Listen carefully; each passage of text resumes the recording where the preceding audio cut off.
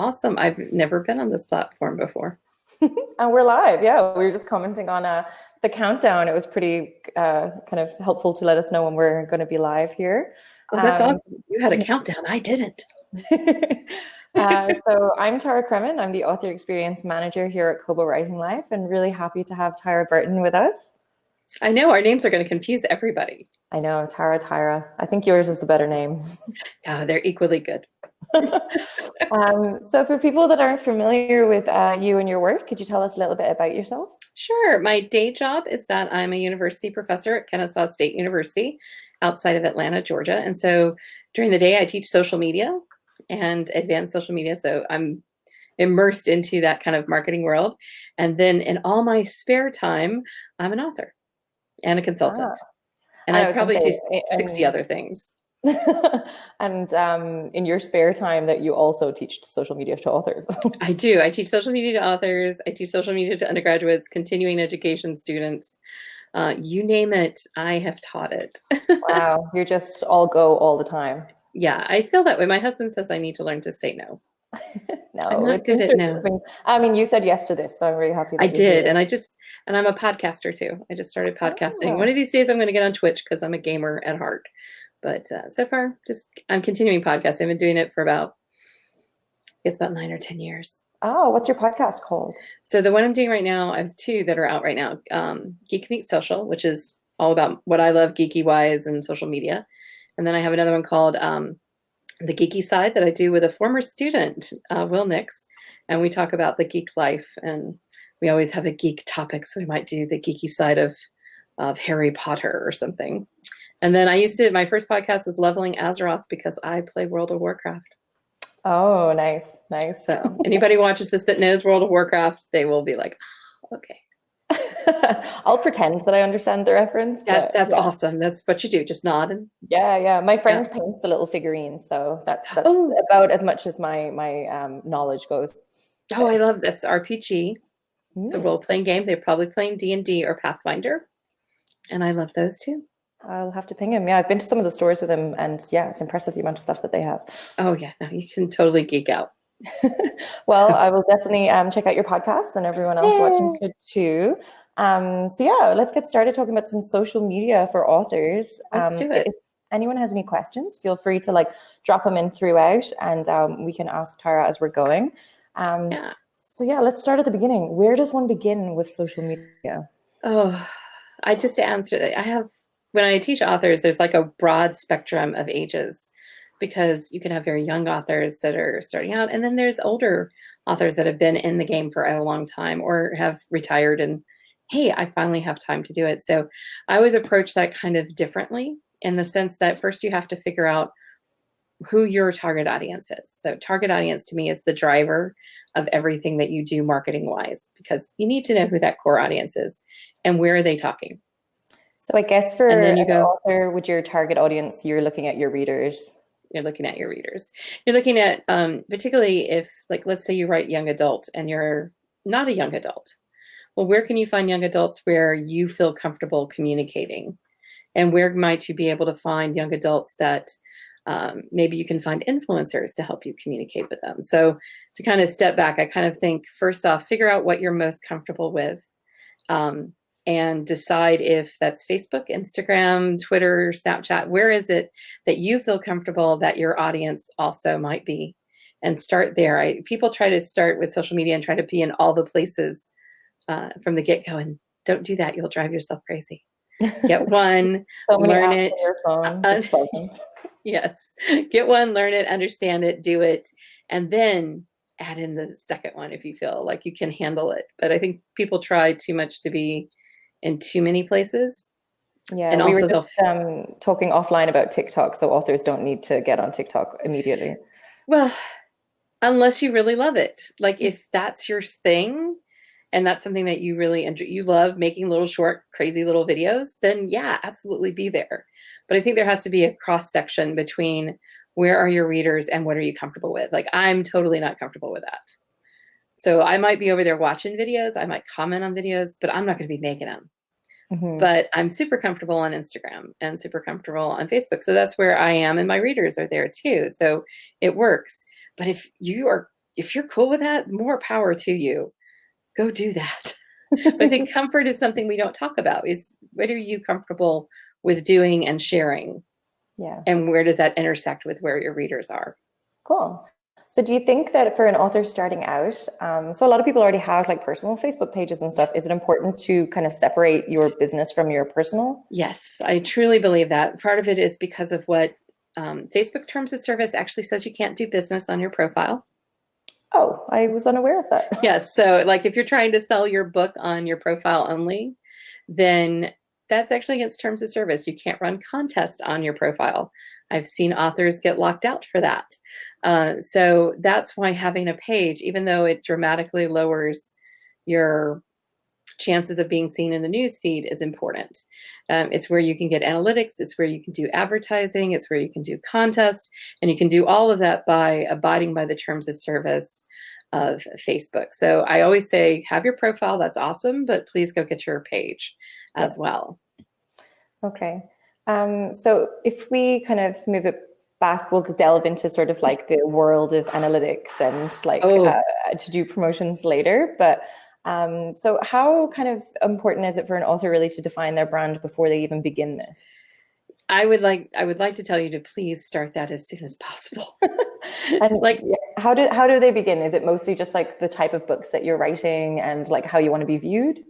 Yeah, I think that the first thing you have to think about is kind of like, what is your personality as a writer? And that may be different than your personality with your friends and your family. A lot of times it's the cross section is pretty much the same, and then again, what type are you writing? Because there's many authors that have multiple pen names. And if so, you're going to have different brands for each of those pen names. And a lot of times they're associated with genres of fiction. So I'm kind of strange in the fact that I have one brand, even though I write nonfiction and I write fiction. And I use that kind of as a jumping point. So when you first start out, figure out, what kind of personality would you want people to associate with your name and your brand? And how does that connect to what you write? So cats and coffee are almost always in my brand, and cats and coffee are in almost all my books. My co-author for Socially Engaged, Jana Oliver, she writes in a lot of different genres, but she always has dragons. And so the center point of her branding is a dragon. Mm-hmm. So kind of think what would keep people in. Like pink is one of my colors. So you're going to see pink, and I got pink in my hair, and I got pink on my website, and I have pink headphones today. So that's going to be a key color. So also think about your colors and think about how are you going to have your name branded? What kind of font are you going to use? And don't be afraid to go find a professional to help you with that. And I guess that's something that could maybe coincide with like your book covers as well for kind of an overall theme.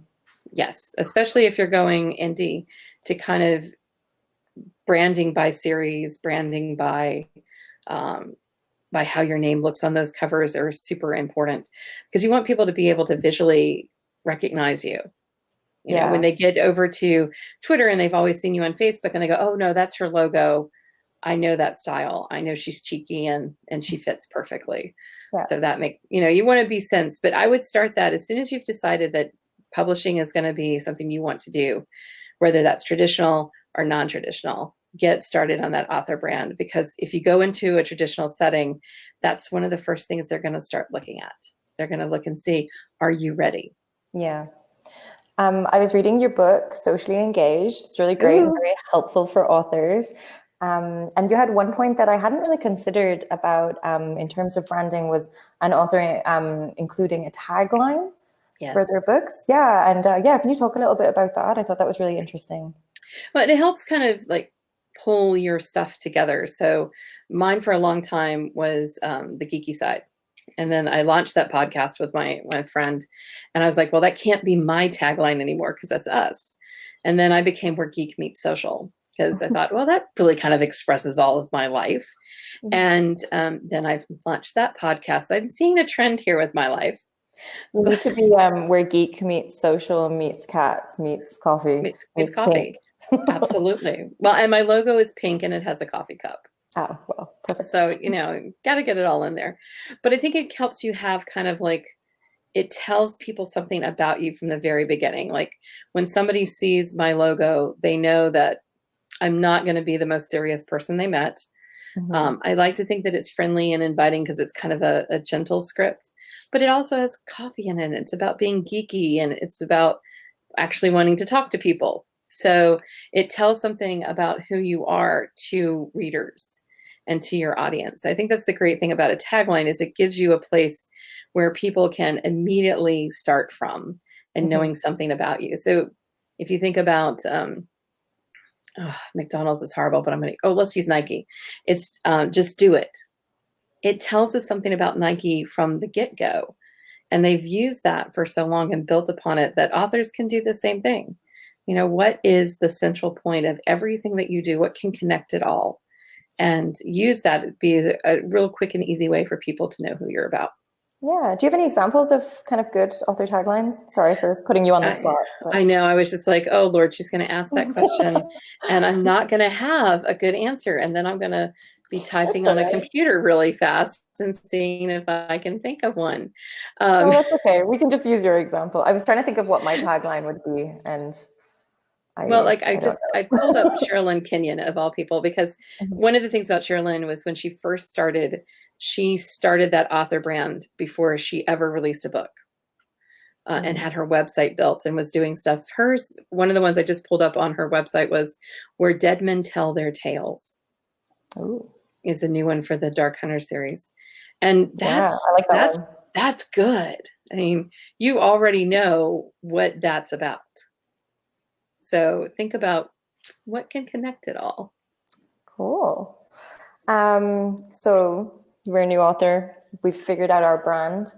We're trying to figure out which platforms we have the most fun with. So I guess Facebook is probably still king. Would you say that in terms of authors? I definitely would, particularly if you're looking at the 35 to 55 demographic. If you've got a younger audience, then I would sway a little bit differently.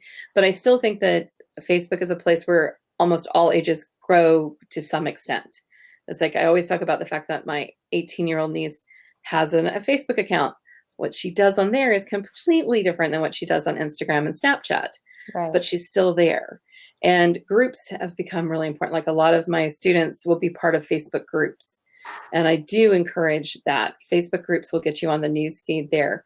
So I think that if nothing else, you need to have at least your author page on Facebook. And if your target demographic is older, and particularly if they're female, it's a fabulous place to connect with them. Yeah, and in terms of we're seeing the popularity of groups just kind of increasing a lot, especially due to Facebook's changing algorithms. Can you talk a little bit about organic versus paid social, specifically on Facebook? Absolutely. So what's happening with groups, I'll start there, is in 2017, Facebook changed their mission. And their mission statement became one of creating community, and they linked that to groups.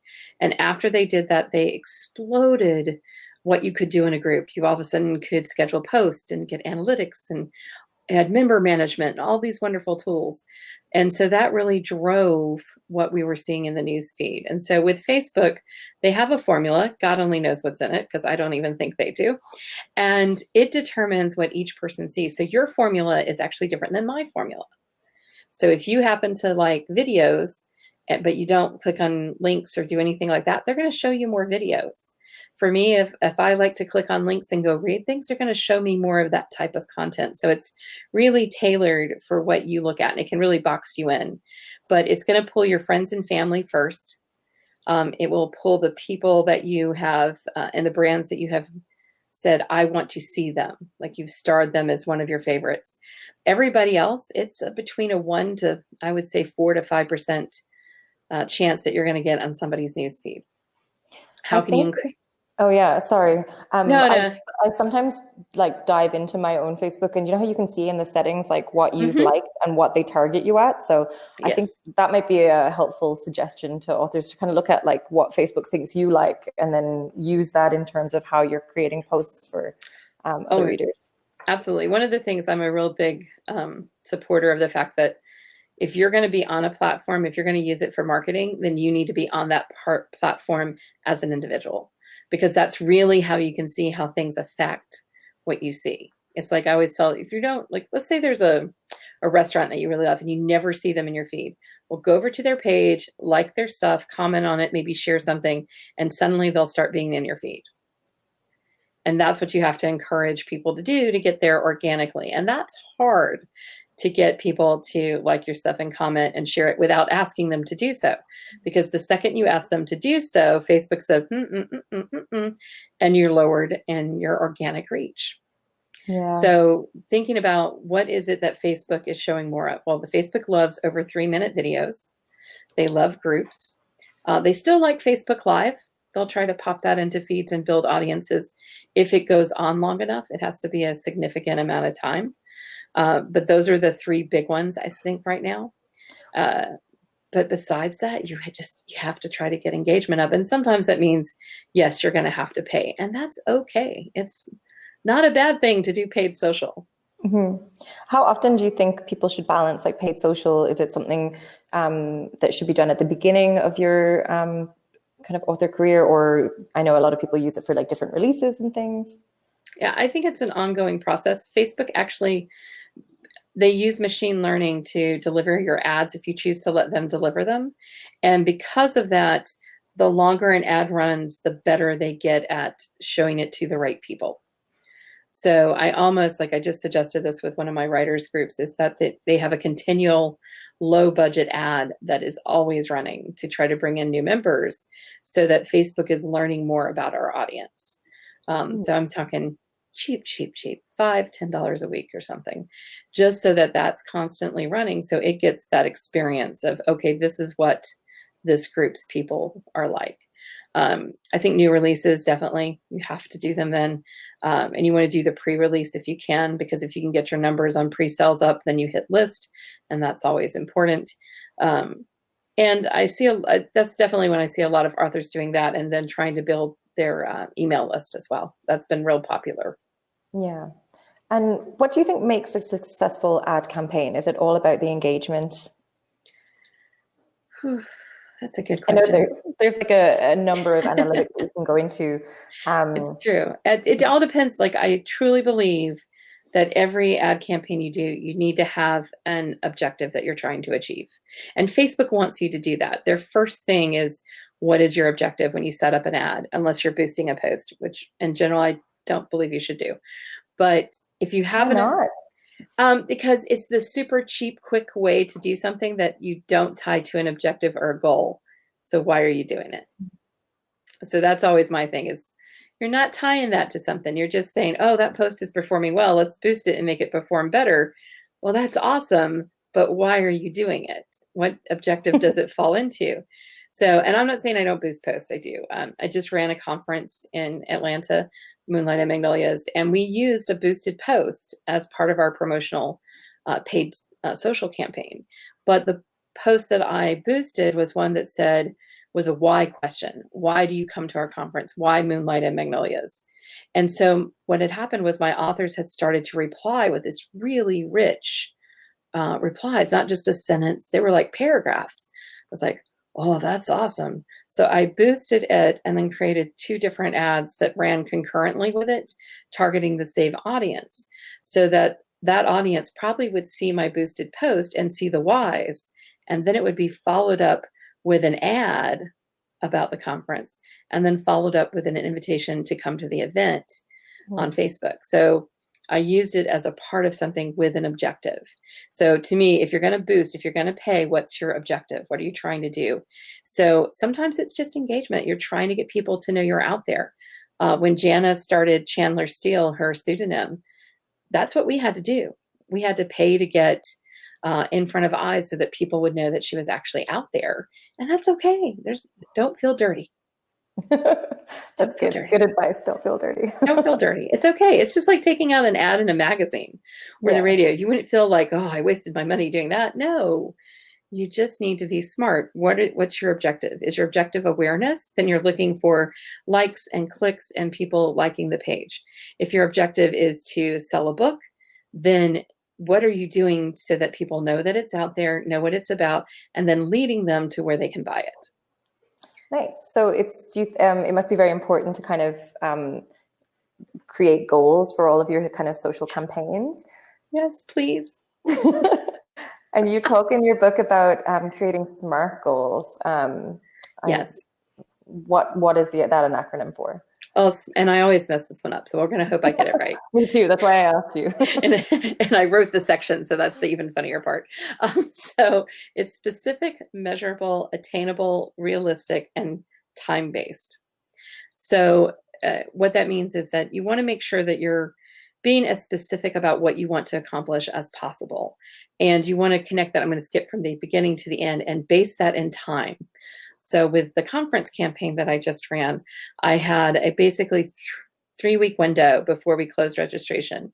So that was my time, and I could measure what was going on beforehand, and I measured what happened by the time we closed that campaign. So that time frame gives me where I can bookend it, where I can say, okay, this is where I was when I started, and this is where I was when I ended.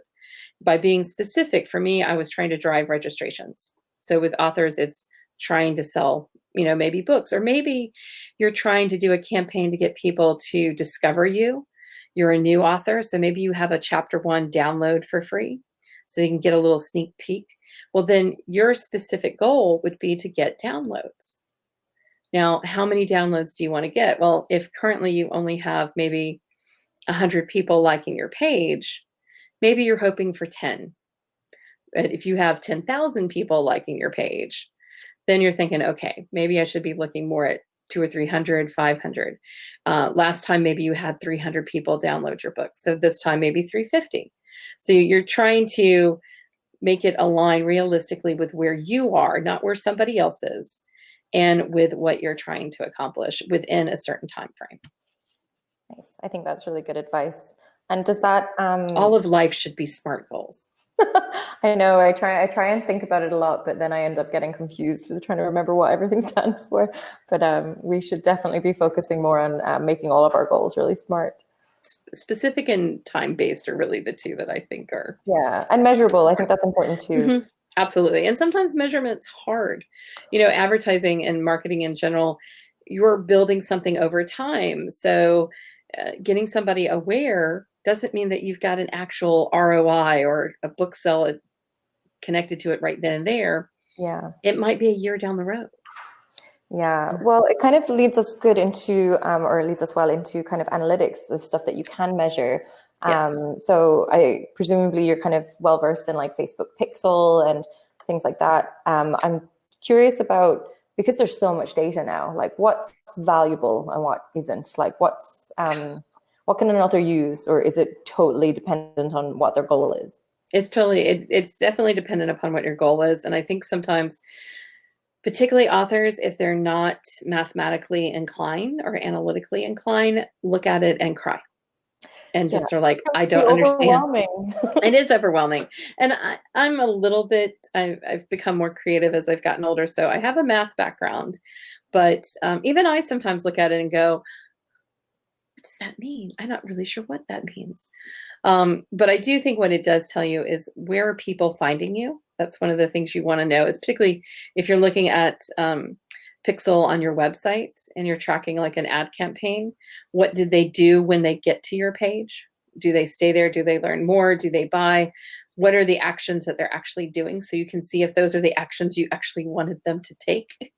And I think that's important. So it really gives you an opportunity to look and see, okay, if this is my goal, did they do that action when they got to my website? But you can go really diving on it. Like sometimes I'm like, I get lost in the rabbit hole. Like you'll find out that your people really like quotes, but not with pictures. And that's not normal. And yet writers groups, every now and then I'll see this really huge bump on a text-based post, which should like have nothing. And I'll be like, that's not right. And then I'll do it again and it works, but Facebook won't like it still. Yeah, but maybe the authors just need that inspiration. That's it. They just need words on the page. Exactly. So what's kind of, to finish up on Facebook, what's a don't for Facebook? I think we've talked about a lot of like good practices, and what kind of common mistakes do you see authors making? I see authors and actually just lots of people who have businesses on Facebook. They'll say, drop an emoji below to let me know you saw this, or they'll tell people thumbs up if you're this or heart if you're that. Facebook blocks all of that. Oh. Yeah, and if they see the same word, like if you say type Buffy and they see the same word all over, the AI goes, something's not right there. They've asked them to do that. So you want people to comment in a way that is not going to be look like it's systematic or you've asked them to comment on that word. So don't do that. That's bad. I also see people never run contest right on Facebook. You should read the terms of service. I will tell you this, major brands break the terms of service of Facebook, which always amuses me, but you actually cannot ask people to share your contest. They can share it themselves, but you can't make it part of the contest for them to share. So what's a better way to run a Facebook contest? What you really want to do is give people a reason to want to tag their friends without asking them to tag their friends, because you can't ask them to tag either, by the way. It's a lot of rules. It is. There's a lot of rules. Basically, you can have them like the post, comment on the post, or like your page to be entered. What you want them to do is share it with their friends and share it on their page, on their own personal profiles. So you have to get creative on how you go about doing that. Oh, okay. Which I'm not sure I'm the best at, but you just kind of have to. I like this. It's all experimentation and being creative at the end of the day. Oh yeah, and that's the thing to remember about social that's very different than print and radio and television, is that people will forget tomorrow unless you really screw up. Yeah, and then if you really screw up, the internet is forever. Yes, and they will. Yes, don't delete it. Apologize and move on. If you delete it, they will come after you. Yeah. Hopefully, you're in a nice group of people that wouldn't do such a thing. But yes. Cool. So what other, so we kind of talked about Facebook, as that's kind of one of the main social media sites that kind of see authors using, but which other ones, and I know that you said like based on preference, but how are authors using like Twitter or Instagram? Is there kind of advice you can give on those platforms? Absolutely. I think Twitter for a long time was like the platform where authors were like, well, you have to have a Twitter.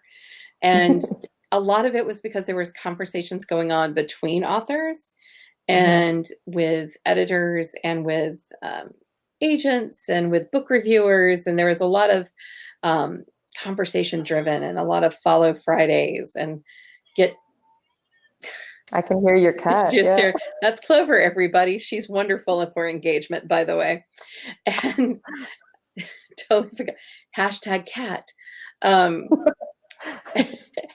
blessed hashtags, because on Twitter, they've really helped to grow the author community. So I think there's a huge community of authors over there. There's a lot of discussion about what's going on in the industry. I'm part of Romance Writers, so there's a whole discussion about romance writing over on Twitter as well.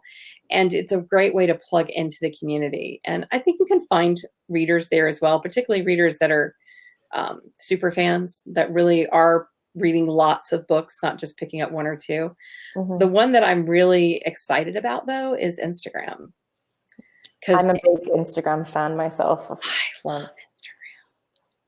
Well, and it just seems like there's been part of the writer community that has migrated over from Twitter, because now we have Follow Fridays and we have these October author challenges and author follow loops. And there's so many ways that are trying to connect authors and readers.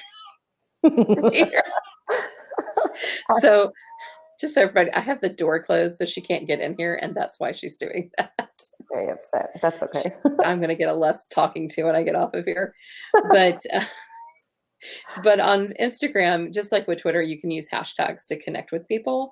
And I've just had a blast. I've grown my following, like, I don't know, I have a small following on Instagram, like 850 or so, but I've grown it by 100 over like the last 30 or 40 days, using just every now and then hopping into one of these Follow Friday loops. And a lot of them are not just writers, they're also readers.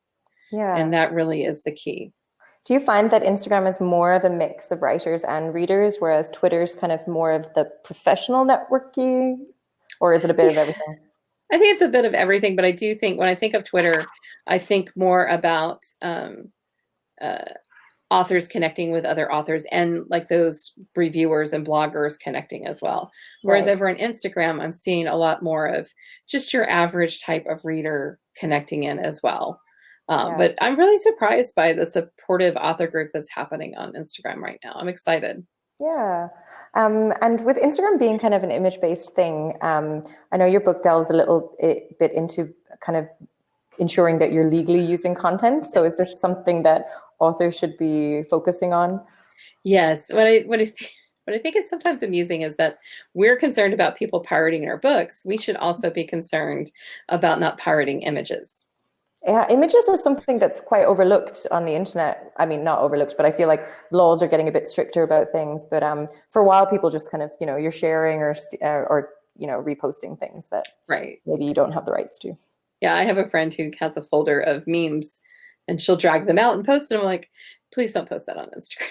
Go post that on Facebook or someplace. Don't post it on Instagram because she has no idea where it came from. She didn't create it. And so some of that does kind of just happen organically. But on Instagram specifically, I make sure that the content that I'm sharing is either in the Creative Commons, has been released of its copyright, or I've created it myself. Okay.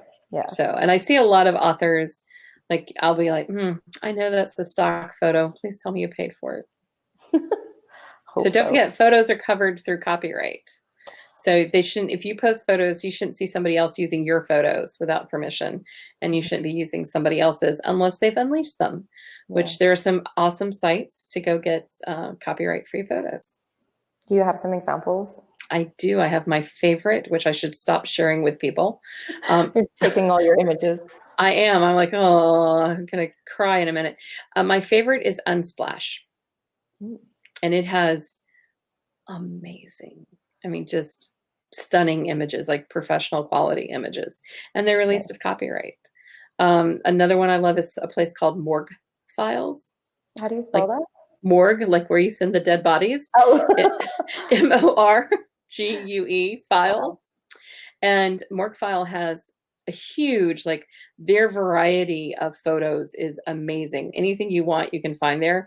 The quality also varies dramatically. So you'll get some really very beginner photographers to high quality professionals that are dropping some there. So you find them on a stock service. So those are probably my two go-to. If I need something kind of quirky, I'll go to Morgue File because somebody probably has uploaded it. If I want high quality, I go to Unsplash. All right, awesome. Those are good to note. So I kind of want you to explain what Pinterest is to me because I don't really understand it. My husband loves Pinterest. Really? Yeah, I know. It's funny because Pinterest used to be like where the girls are, is always how I've said it. It's like, it's a girl platform. It's like, it was like 90% female to begin with. I think it's down to about 70-75% female now. Oh, interesting. Because I think I associate it with my colleague Laura, who I'm looking at across my computer. Hi, Laura. She used it for her wedding. She had a lot of like wedding Pinteresty things. So, oh yes, it totally changed the wedding industry. So the way to think about Pinterest is it's a visual bookmarking site. Oh, okay. So just think of it as like with a wedding, oh, I found this cake that I really like. So I want to be able to go back to it. Well, let me bookmark it. Well, I don't want to create a list on a Word document. Instead, I'm going to have a pretty picture that I'm going to put on a board that looks like a, a bulletin board. And it's going to have a picture of that cake. And when I click on it, it's going to take me to where that cake was. So I always tell people, it's just like you're doing a scrapbook, but you're doing it online. And instead of cutting things out of a magazine, you have links to where you can find them online. So with Pinterest, people usually have different categories that they really love. Like my husband loves cars, cigars, and cufflinks. Those are like his three big things. At least they all start with the letter C. I know. And matches your coffee and cats. That's he. We're just family. We've got to change our last name because it's a B. But do you want? We can switch. You can be Tyra Burton. Oh, that sounds exciting. I don't know if my husband will like it. Yeah. I'm like, you have this Irish name now. Oh, that would, he would totally love that part. Trust me. He's a Burton, but he's like, I am Irish. I'm like, yes, dear. So, Now I'm completely befuddled. Oh, so How, yes. yeah, sorry, go ahead. No, it's okay. So you can classify your things so that people a lot of times will use it for recipes. So you can bookmark where you found like all your apple pie recipes or all your how to create a fruit smoothie recipes, or in my case, all the Instapot recipes. So how do authors use Pinterest?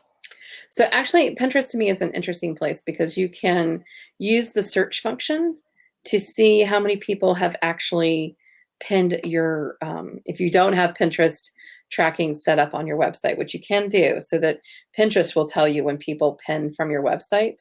But you can actually look for yourself, look for an image of your books and see when people have actually pinned them. And so if people are pinning this on one of my favorite books or books I want to read, these are people that you can reach out to. These might be good, what I would call influencers, where they could help spread the word about your books. And it may be something just as simple as sending them some swag, or maybe it's giving them a free ebook copy of the next one that comes out so that they can review it. But I think there's a lot of opportunity to find readers who like your book so much they're sharing it with others on their boards, or they're trying to keep it so they remember where to find you. Nice. I like the idea of using Pinterest as an avenue to find some influencers, because I think in my mind, I mean, Instagram just kind of is synonymous with influencers to me, but then also like booktubers in terms of like authors. Yeah, and absolutely. And I think that particularly Pinterest has a really good high rate of sale, and also good high rate of, like, I think it's somewhere between 50 and 60% of the time that somebody clicks on a pin on Pinterest, it takes them to a blog. Oh. So it's a great place to go and say, hey, here's my blog. And if you have a blog post, make sure it has a picture in it. And then you can pin that picture on Pinterest that leads people over to your blog. So would you recommend people creating like a board for each book that they have, or different, or maybe like a series if there's different themes?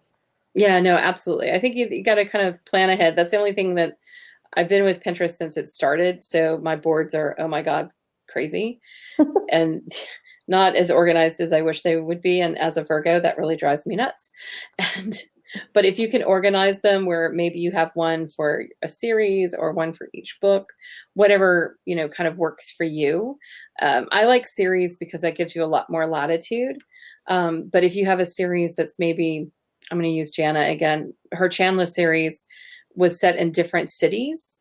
So in some ways I really like if she would have one for like Cat's Paw that's set in New Orleans, because, oh my gosh, the stuff you could pen about NOLA on there. Yeah, it's a beautiful place. It is. It's a crazy place. My uncle was a Catholic priest down there. Oh, fun. So, and I think my sister just dropped on. So, hi, Miriam. Cool. Well, let's keep going with our different themes of different sites. So one that I'd like to talk about a little bit now is Goodreads, and how an author can really use that to their benefit. Yeah, so Goodreads is a two-edged sword, as I often refer to it as. It's a place where you need to have a presence because readers are going to be there. It is another place that is owned by the gigantic thing. You can say it. It's fine. It's owned by Amazon. They own it, flipping everything. Yeah. They bought Twitch. Really? I didn't know that. Yes, they own Twitch. Oh. I know. That's what I said too. Yeah. So you kind of have to be there because things are linked. You need to set up your profile there, make sure it's complete. And I think that's another thing that's important from the very beginning when you're starting off as an author. Figure out what you are willing to share.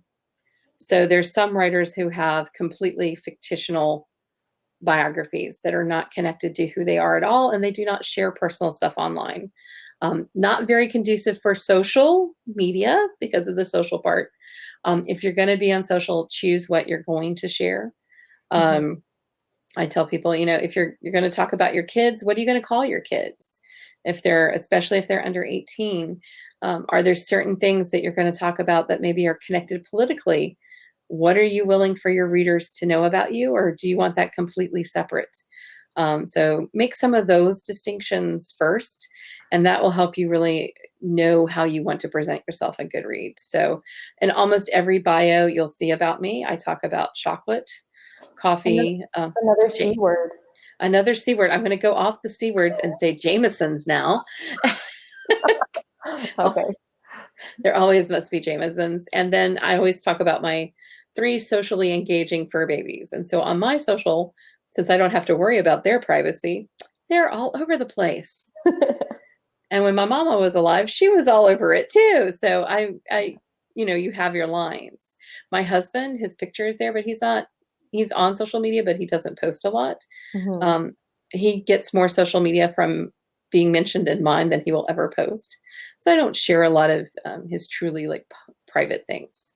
Yeah. So figure out how much of an open book you are and what your line is, and then try to make that personal in Goodreads. And then there's a double-edged sword of there's going to be reviews, and you've got to decide if you're going to look at those reviews or not.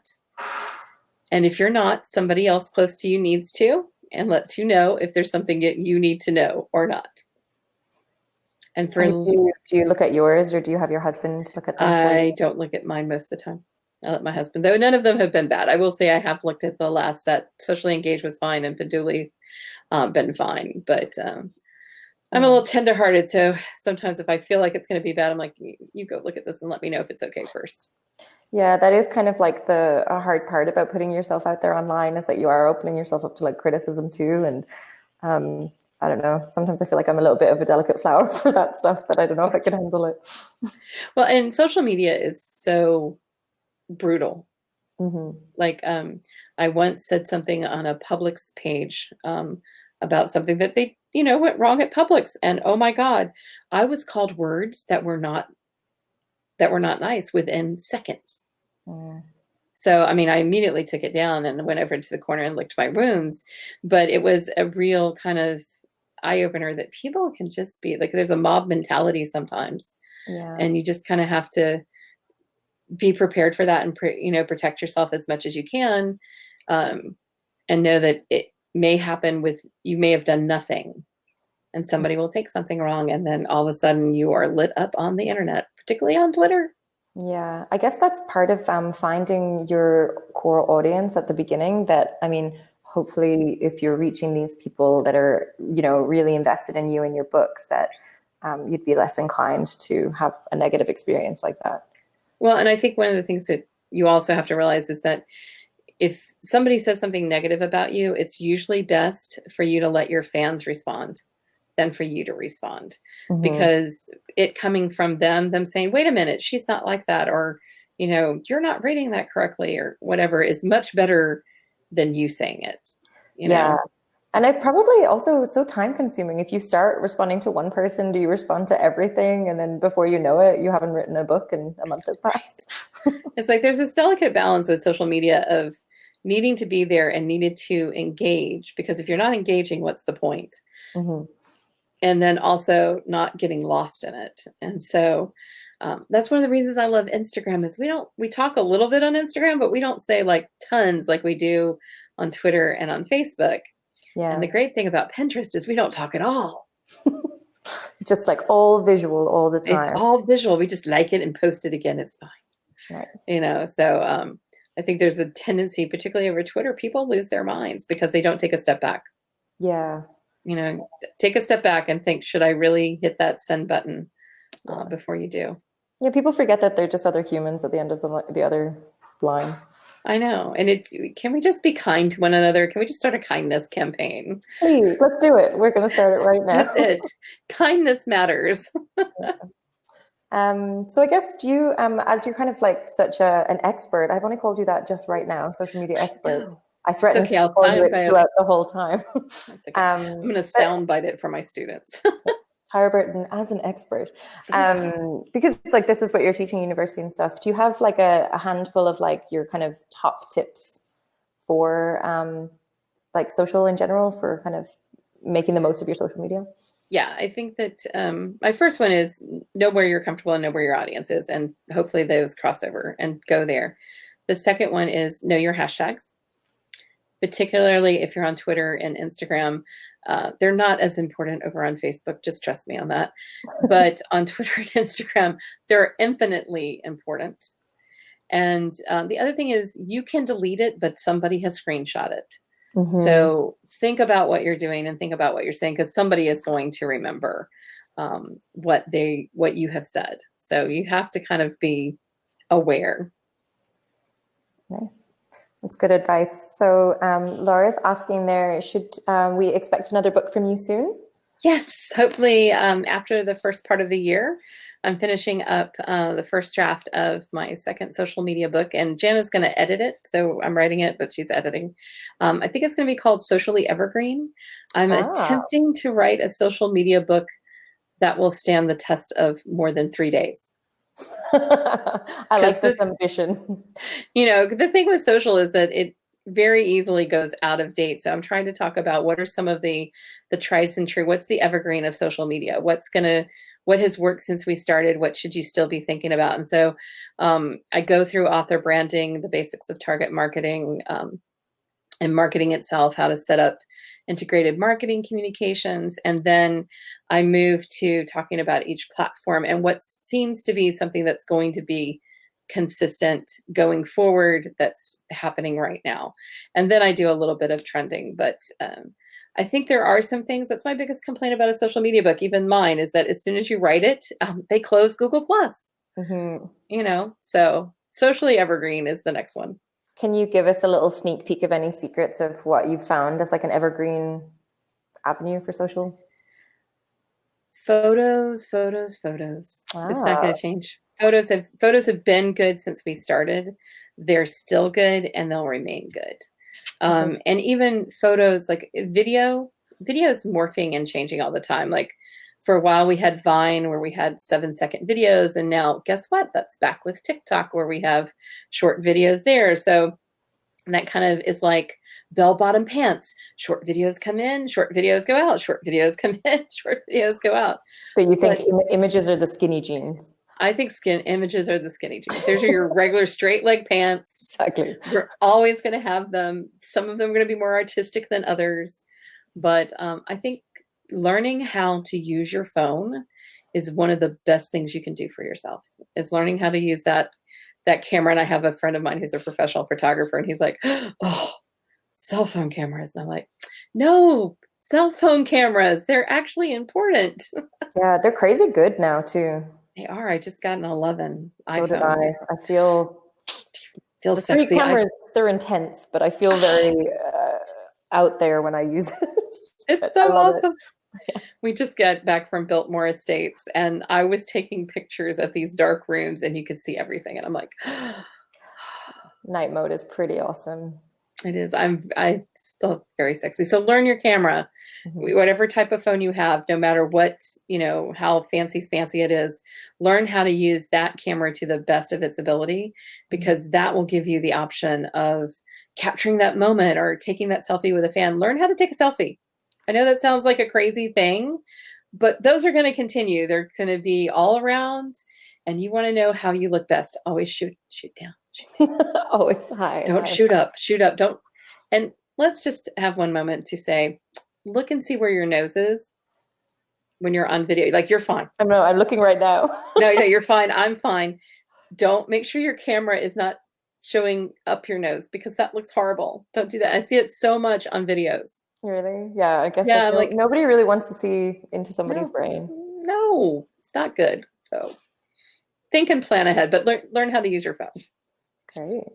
And just see if there's any other questions. If anyone has questions, feel free to drop them in. So is that book the only project that you're working on right now, or do you have anything else? I'm working on my first fantasy. Ooh, tell me about that. I have been, it's hilarious. I've been in the romance community for a long time. I've written short story romance. I've wrote a science fiction romance with a friend of mine, Sherry Fillion. And all of a sudden I sat down and I said, what is it that I read and I really want to be a part of? And I thought, Tyra Burton, you have been going to Dragon Con, which in Atlanta is this 80,000 people geek convention about science fiction and fantasy. And you met your husband at a Lord of the Rings concert. maybe this is a theme. And so I was like, I love fantasy. So I'm writing a lighthearted fantasy. It's got a romance in it as well, because, well, everything has romance, whether we want to admit it or not. And so that's my next one. I'm about 2/3 done, but I think I'm getting ready to change it just a little bit. But that's what awesome. I'm really excited to be writing right now. Are you going to be starting like an epic series with this? It will be, you see, it's not going to be epic. Because epic fantasy is like Tolkien, who I love to read, but I don't want to write because I don't have them. You don't want to make up your own languages for your books? I love him, no. I've had fun making up my own maps, though. Oh, yeah, that must be really fun. It was this really weird moment where my role-playing life, when playing Dungeons & Dragons and Pathfinder, went over to my writer's life, because in RPG, they have sites where you can build maps. Mm-hmm. And so I went over and started building maps on them to use in the book. Nice. So it's been a fun, exciting kind of trip. So I'm looking forward to finishing it. I've got a couple of books that are waiting for me to finish this one so I can do the little tie the bows on them. So hopefully 2020 will be a very productive year. But those are the two I plan on getting out. I like that you mentioned Lord of the Rings. It's just a little sneak peek to Halloween costume that we're planning here. So we'll share some pictures. Maybe they'll come together. I can't wait. Actually, what's hilarious is the dress that I had my dress made for me for my wedding is from a Lord of the Rings pattern. Oh. So it was hilarious. Nice. It's like all of a sudden I realized, oh, honey, we met at a Lord of the Rings concert and I'm wearing a Lord of the Rings dress. And he was giving you a ring, the one ring. The one ring to rule them all. My last question is just about so you're writing this new fantasy and you were talking about Twitch a little bit. Have you ever considered using Twitch for your writing? Because I think we met a couple of authors at conferences that kind of say that they do that and that's a thing, and it's such an interesting new avenue that I think that authors can use. Oh, so I'm part of the digital media track at Dragon Con, and I do some panels there, and they are all over Twitch right now. And I'm like, okay, well, I'm a gamer, so I could stream my games, but there's a lot of people, like I have a friend who streams her D&D games. Yeah. And gets on there and talks about her D&D game. So I'm considering it. It's probably one of the places I will use for promotion, because a lot of the people over there love fantasy, because they're playing fantasy games or they're doing D&D. So it's definitely an avenue that I need to dip my little toe into.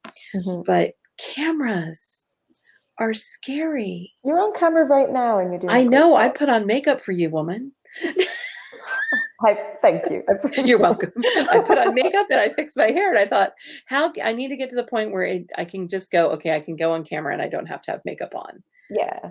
Yeah. And I'm not there yet. And I think you have to kind of be there with Twitch, because it's one of those things that if you're going to do consistently and do enough to where you can grow an audience, then you've got to be able to do it. I think that's one of the reasons I've hid behind a podcasting mic, is because you don't see me. Yeah, but I know there's a lot of podcasters. I know a lot of podcasters though now are going live on Twitch when they record and then stripping the audio out to post it on podcast as well. And I'm totally for that. I think if the more you can repurpose your content, and I talk about that in Socially Evergreen, is the idea of recycle, reuse, and reduce. So I could do a live stream event on Twitch that I strip the audio out, that becomes a podcast, and then I write a blog post with show notes, and then I can use that to push out a lot of content to a lot of channels by only really doing one big thing. Yeah, that's good advice. Try and consider like how you can reuse posts in multiple ways. Yeah. How can you take this and make it last? Yeah. Awesome. Well, Tyra, thanks so much for joining us. I have one thing. Oh, sure. Yeah, go ahead. No, I thought about it. If you're an author, please go buy your website. Buy the domain. Buy the domain. Figure out what that is. That is absolutely, and I should have said this at the very beginning, that's the first thing you need to do, because the only place where you control what people see about you on the web completely is your website. Everywhere else, you're playing in somebody else's sandbox, but on your website, it's your sandbox. So please, please, please, there's some authors just are like, oh, I have a Facebook page or an Instagram. I'm like, no, go get a website and buy that domain and make sure that you have it on renewable. But so yes, I forgot it. And I was like, oh, I need to mention that because that's the first thing people should do. No, that's perfect. That's a great note to end on. Yay. Yeah. So your book is called Socially Engaged, and it's written with Jana Oliver. So where can people find you if they want to follow up? They can find us. TyraBurton.com is probably your best place. You can find Jana over at JanaOliver.com. We also have socialmediamuses.com, but not as active over there as we should be. So usually TyraBurton.com is the best place to find me. And there's a link to all my stuff, the books and my podcast. Awesome. Well, thanks so much for joining us. Thanks. It's been a lot of fun. This is my first my first Facebook Live with somebody else. Oh, cool. Glad to help coordinate this. I know. It was awesome. All right. Well, thanks everyone for watching, and we'll be back soon with another Facebook Live. Thanks, guys.